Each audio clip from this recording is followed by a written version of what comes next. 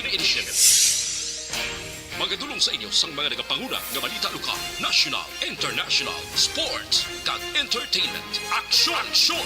Balita Evening Edition. Kag karon ang inyo news team. Una sa balita, una sa aksyon.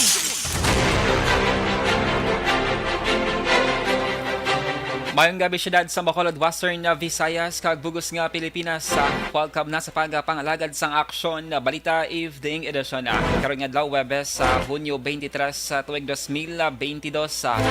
Makitaan man kita live sa official Facebook page sang Aksyon Radio Bacolod kag pagiman sa YouTube channel sang Aksyon Radio Bacolod.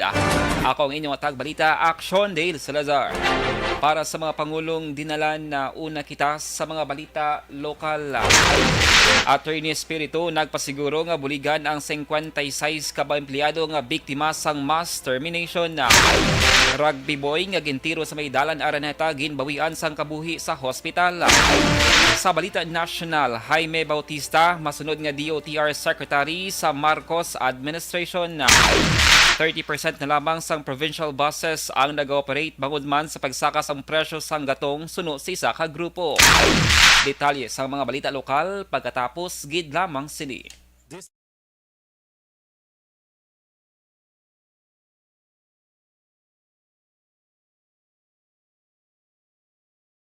Ang beach ang paborito nga katuan sa mga pamilya kag magbarkada sa tion sang okasyon. Puno sing matahom nga mga litrato nga may background nga beach ang aton mga social media. Pero nakahibalo-bala kamo ngang Pilipinas ang isa sa world's worst offender sa marine plastic pollution sa pagtuon sa United Nations sa pag-abot sang 2050. Ginatan-aw nga mas madamo na ang mga plastic ikumparar sa mga isda sa karagatan. Gani subong pa lang, dapat na kita nga maghimo sang aksyon kag magpakigbahin sa solusyon batok sa plastic pollution. Una, i-reduce o kon ibanan ang paggamit sang single-use plastics. Magdala kag maggamit sang reusable nga grocery bags, Bayang gabi sa mga ka-aksyon namon and sa mga netizens nga naka-tune in subong sa mga nagkalain nga social media platforms sa Aksyon Radio Bacolod. Welcome na sa atong sining nga evening newscast mga ka-aksyon. If may mga greetings kamo, please i-comment ninyo sa atong sining Facebook live kay later on atong pagabasahon ang inyo sining mga mensahe kag greetings mga ka-aksyon. And syempre, gina-invite natin ang aton sining mga ka-aksyon nga mangin kabayon sang ARB o Konaksyon na Radio Bacolod Community.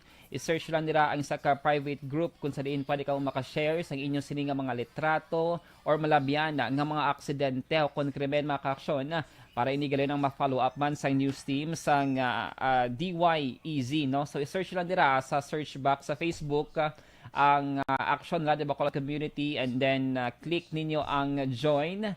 Kag pwede ka mo dira makapost sa mga newsworthy events sa inyo sining komunidad o kung mga reklamo ninyo or may mga missing items or mga CCTV footages sa mga kawatan, no? So pwede dira ma-attach or ma-upload para mataga naton ini sang pagtamod. And sa nagailapit nga anibersaryo sang ARB sa mabot nga August, so stay tuned kamo sa mga activities program kag ano na yung mga promo nga igatanyag sang Aksyon Radio Bacolod mga ka-aksyon. Padayon lang sa pag-comment sa inyong mga greetings and after local news atong balikan ang aton siling Facebook live para matagan man sang sang mag-greet naton ang inyo sining pagpanamyaw. Please state ang inyo sining location para more specific ang aton sining pagpanamyaw. Standby mga ka-aksyon para sa detalye sa mga balita lokal.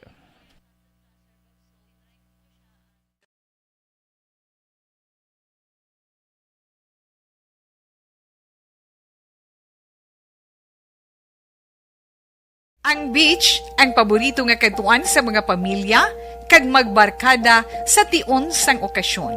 Puno sing matahom nga mga litrato nga may background nga beach ang aton mga social media. Pero nakahibalo-bala kamo ngang Pilipinas ang isa sa world's worst offender sa marine plastic pollution sa pagtuon sa United Nations sa pag-abot sang 2050. Ginatan-aw nga mas madamo na ang mga plastik ikumparar sa mga isda sa karagatan. Gani subong pa lang, dapat na kita nga maghimo sang aksyon kag Action Radio Philippine Standard Time lasay sa 11 kagkaron sa detalye na sang mga nagapangunang nga balita lokal. Nagaplano sa Attorney Lucas Espiritu ang National President sang buklurang manggagawang Pilipino kon BMP nga makigsapol sa pamunuan sang Talisay Logistic Packaging Corporation kag National Conciliation and Mediation Board o kon NCMB dole agud istoryahan ang posible solusyon sa problema sa mga empleyado nga nagpatigayon sang strike sa tubangan sang Tanduay Battle Sorters sa may barangay Zone 15 na siyudad sang Talisay.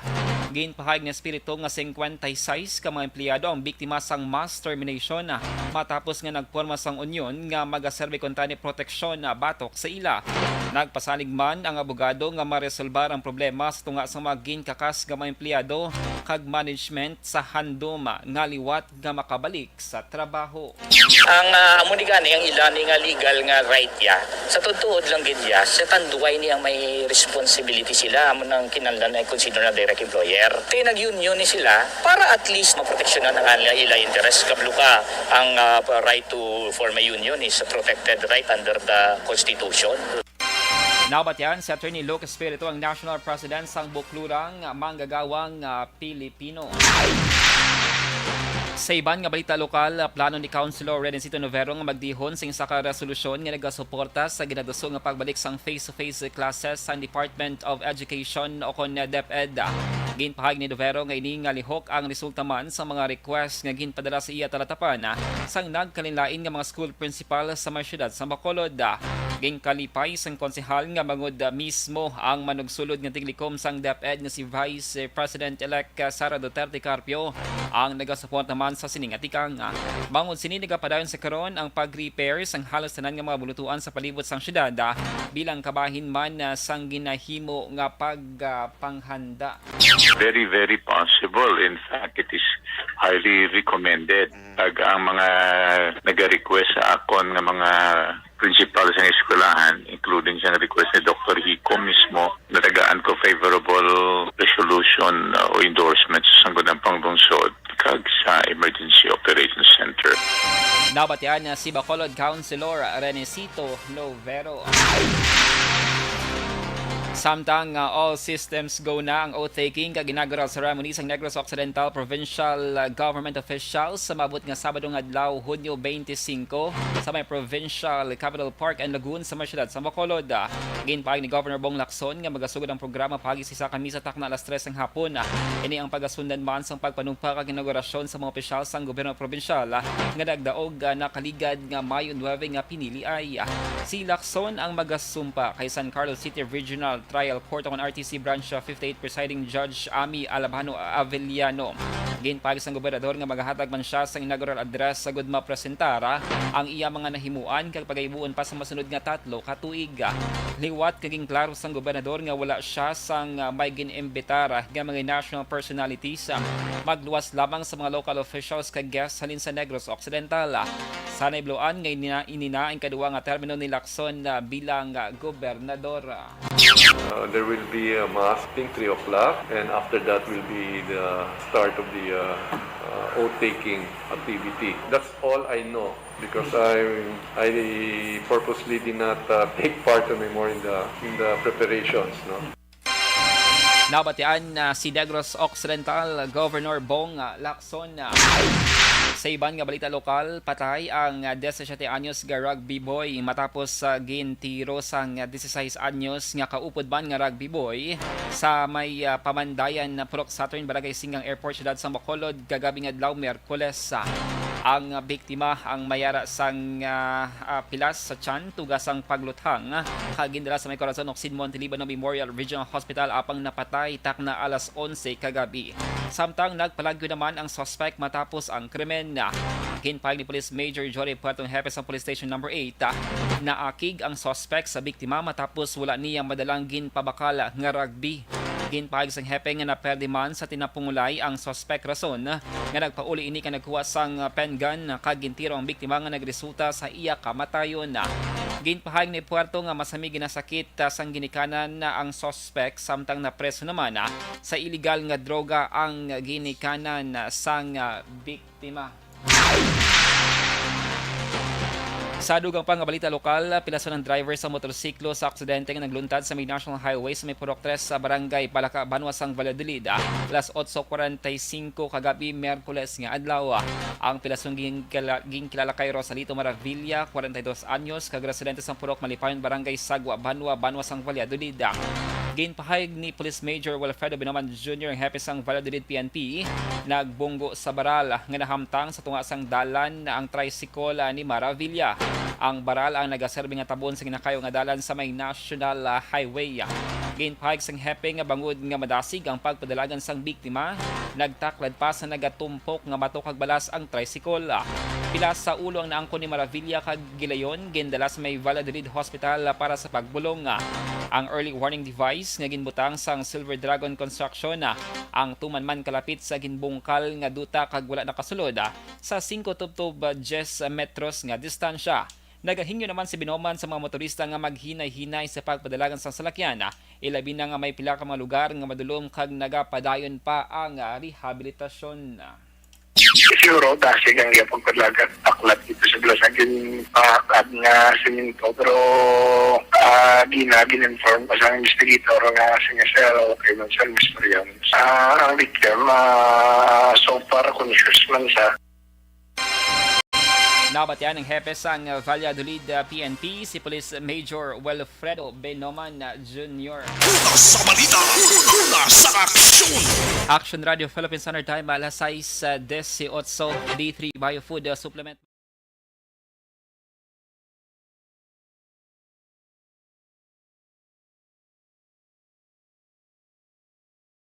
Ang beach ang paborito nga katuan sa mga pamilya kag magbarkada sa tion sang okasyon. Puno sang batahom nga mga litrato nga may background nga beach ang aton mga social media. Pero nakahibalo-bala kamo ngang Pilipinas ang isa sa world's worst offender sa marine plastic pollution? Sa pagtuon sa United Nations sa pag-abot sang 2050, ginatanaw nga mas madamo na ang mga plastic ikumparar sa mga isda sa karagatan. Gani subong pa lang, dapat na kita nga maghimo sang aksyon kag magpakigbahin sa solusyon batok sa plastic pollution. Una, i-reduce o kon ibanan ang paggamit sang single-use plastics. Magdala kag maggamit sang reusable nga grocery bags, utensils, coffee cups, tumbler kag iban pa. Dapat istriktong ipatuman ang mga ordinansa akong layi nga nag-regulate sa paggamit ng plastic.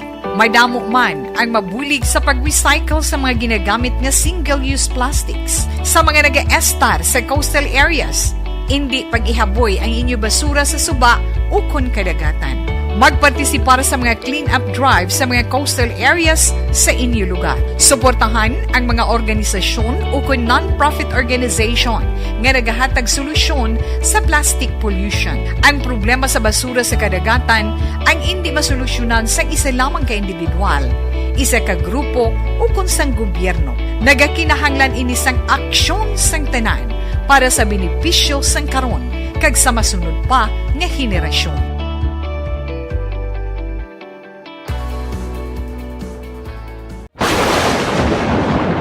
Ang elementary nga evacuation center na concern din baha man. Uy, kasi tinagaman amat kumansaka ang tubig. Actually, ko po Di ba medyo mataas na ang tubig, so ulat natin nga pasuwat nga ng traffic to or ng traffic dito sulod ang continuous rain ang nag-isang sa factor sa pagsaka ng sining tubig sa subong. Ang Pilipinas sa mayas ang early warning system para mahibaluan ang lakat sa panahon. Gani, wala sa rason nga hindi kita makapreparar karon ni rainy season. Yari ang pila ka mga action tips nga dapat mo may baluan. Kung nagapuyo sa lugar nga masabi ginabaha, mag-monitor sa balita para sa anunsyo sa pag-asa sa lakat sang panahon. Isa sa pinakapos nga pamaagi para malikawan nga magsulod ang baha sa balay, among paggamit sang sandbag. Ang sandbag ang isa ka sako nga may unod nga balas nga pwede ibutang sa pertahan o kung ginaagyan sang tubig para temporaryo nga makontrol ang pagsulod sang tubig sa inyong nga balay. Antes pa man ang rainy season, dapat nakapreparar ka na sa pagkaon, flashlight, pito, kandila, hygiene kit, power bank, transistor radio, importante nga mga dokumento kag iban pa nga kinahanglanon. Ini ang dapat isulod sa go bag nga dapat ibutang sa isa ka lugar nga mapus kuhaon sa tion nga kinahanglan nga mag-evacuate. Sa tion sa pagbaha dapat butangan sang tape ang saksakan sang mga outlet kag ibutang sa mataas nga mga lugar ang appliances. Kunyara sa evacuation center, dapat man nga ipatuman ang minimum health protocol, face mask, face shield kag social distancing batok sa COVID. Sa panahon sa tig-ululan, dapat man proteksyonan ang ikaayong lawas batok sa pinaka mga masakit, kang isang dengue, leptospirosis, cholera, typhoid fever, hepatitis A. Nagpanugyan man ang DOH kay pabili ng proper hygiene kay pag-inom sang limpyo nga tubig. Lutuon sang husto ang pagkaon para malikawan ang contamination. Maghugas sang kamot antes kag pagkatapos ang kaon kag matapos nga mag-usar sang banyo. Likawan man ang paglangoy o kon pagtubog sa baha. Kini sa Action Dale Salazar para sa Action Tips na nagapahanundong nga maghalong sa tanan nga tion. And the winner for Digital Storytelling Best Social Media Video is John Dale Salazar, Bacolod, Aksyon Radyo Bacolod, Nurse, DHW, kag iban pa. Magluwas sa mga frontliners nga nagarisgo sang ila kabuhi sa sulod sang hospital. Nagakaangay man nga tagan naton sa pagkilala ang mga frontliner nga nagatrabaho sa sulod sang isolation facility. Ang mga doktor kag nurse nga nagarisgo man sang ila kabuhi sa pagtatap sa mga symptomatic kag mild COVID cases. Ang mga barangay health workers nga gin-assign sa isolation facility, mga cook nga nagaluto sa mga pagkaon sa mga COVID positive, ang extraction kag disinfection team sang syudad, ang mga utility personnel nga nagakuha sang basura sang mga pasyente. Ini ang mga frontliners kag nakitaan ko ang ila sakripisyo apisar sang manubo nga sweldo o kon allowance halin sa gobyerno. Ako sa Action Dale, COVID positive sadto. Naka-recover sa masakit bangod sa bulig sang sini nga mga tawo.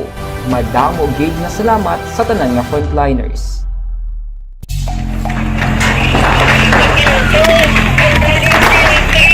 Pressure na tayo! Pressure!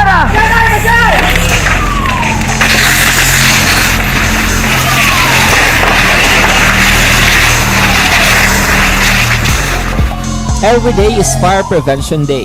Gani importante nga maihibalo kita kung paano malikawan ang sunog. Yari ang pila ka mga action tips angot sa fire prevention.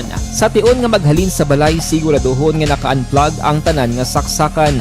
Likawan ang octopus connection o kung ang pagsaksak sang madamo nga gamit sa isa ka outlet.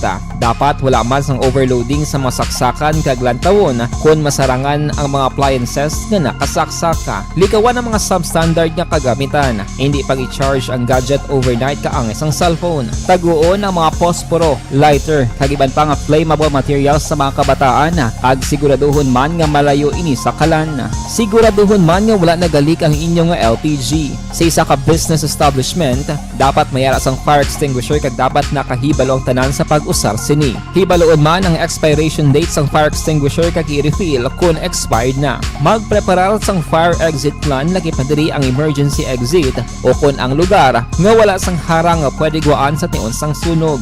Dapat nakasave sa inyong mga cellphone ang mga emergency numbers nga pwede tawagan sa tion sang emerhensya. Kung nagakalayo ang imong lawas, himuon ang stop, drop kag roll para malikawan ang sunog. Nagakinahanglan ini sang partisipasyon sang publiko. Kung nakahanda kita sa mga kalamidad, dapat preparado man kita sa sunog. Ini sa Action Dale Salazar para sa Action Tips nga nagapahanumdom nga maghalong sa tanan nga tion. Bangod sa pamahog sing COVID-19 pandemic, madamo sing kompanya kag local government unit ang nagpatuman sang work from home sa ilang mga empleyado. Naga-work from home kung naka-close contacts na nagpositibo sa virus o kung mismo nagpositibo sa COVID-19. Madamo sang benepisyo ang mahatag sang work from home, pero hindi naton malikawan nga ma-bored kag ma-stress bangod sa sini nga setup sa masobra na isa ka tuig nga pagpakiaway sa COVID-19. Base sa pagtuon sa United Nations International Labor Organizations, nagatugas sing stress ang tuman niya pag-usas ng gadgets kangay sing cellphone kag computer. Gani, iyarin tila kung mamposlano nga action tips sa mga nag-work from home. Una, mag-set up sa workspace sa imong balay sa tuyo nga makafocus sa imong trabaho. Ang workspace ay hindi kinahanglan nga dako nga kwarto, ang importante, komportable ka sa imong trabaho. Matapos ang pila ka oras nga nagapungko ka mag-computer, dapat may tion nga mag-stretching agud malikawan nga ma-strain ang imong likod o kon liog. Time management. Maghimo sa imong time schedule kag mga Action Radio Philippines Standard Time lasay sa 26 kagkaron sa detalye na sang mga balita nasyonal. Napilian ni President-elect Ferdinand Marcos Jr. si Philippine Airlines President Jaime Bautista para pangunahan ang Department of Transportation o DOTR. Ginkompirmar ng incoming Executive Secretary Vic Rodriguez ang appointment ni Bautista subong hapon Hunyo 23. Si Bautista ang isa sa ginasaligan ng lieutenant ni Lusyutan kag nakaserbisyo sang 4 ka dekada sa nagkalilaing nga posisyon sa Tycoons Group. Lakip na diri ang 26 katuig ngayong pagserbisyo sa Philippine Airlines sa ilang mga subsidiaries. Si Bautista ang isa ka certified public accountant o CPA kag may commerce degree sa Colegio de San Juan de Letrán kag naggraduar nga magna cum laude sang 1977. Sa iban nga balita national, masobra 15,000 ka mga personnel halin sa PNP-AFP kag iban pa ang ipahamtang para sa seguridad sa inaugurasyon ni President-elect Ferdinand Bongbong Marcos Jr. sa Hunyo 30. Ginpahayag ni NCPRO Director Major General Felipe Natividad, ang Joint Task Force NCR ang may puwersa nga 15,213 ka mga personnel halin sa Police, Militar, Philippine Coast Guard, Bureau of Fire Protection, BJMP, Metro Manila Development Authority kung MMDA, DOH kag iban pa nga force multipliers. Ginpahayag din natividad nga ang deployment ang nagatuyo nga balabagan ang ginalagar plano sa Communist Party of the Philippines sa CPP kag ila front organizations nga gamuhon ang inaugurasyon.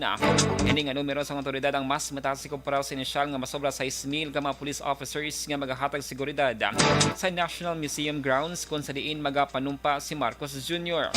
Nagpasiguro man si natividad nga kung anuman ang ginaplano sang leftist group ang hindi makaapekto sa programa. Action Radio Philippines Standard Time na size 28 sa katapusan nga balita nasyonal. Yara na lamang sa 20% to 30% sang kabugusan nga numero sa mga bus sa probinsya ang naga-operate sa tiyak sang padayon nga pagsaka sang presyo sang gatong. Ginpahayag ni Alex Yage, ang Executive Director sang Provincial Bus Operators of the Philippines, nagsaka sa 60% ang mga nag-operate nga bus sa probinsya sang Abril tuig 2022 sang ginhalugan ng COVID-19 restrictions. Pero suno kayagi sa nakaligad nga simana sa nagsaka ang presyo sang diesel. Humalin sa 60% karon, yara na lamang sa 20 to 30% ang nagabiyahe nga mga bus. Base sa datos, yara sa Kapin, 26,000 ka mga provincial bus workers ang nadulaan sa trabaho sang ginsuspender sa mga operators sa ilang operasyon bagong sa mataas nga presyo sang gatong. Ginpahayag man ni Yage nga bangod sa limitado nga numero sang buses, ang mga pasahero ang kinahanglan nga maghulat sang mas malawig nga tion o kon 80 to 90% nga pasahero antes ka magbiya sa mga terminal. Una sa balita, una sa aksyon.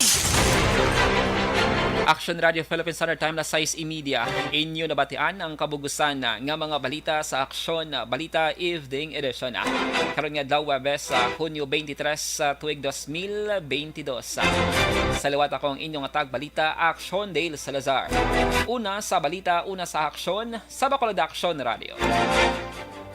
Aksyon Radio!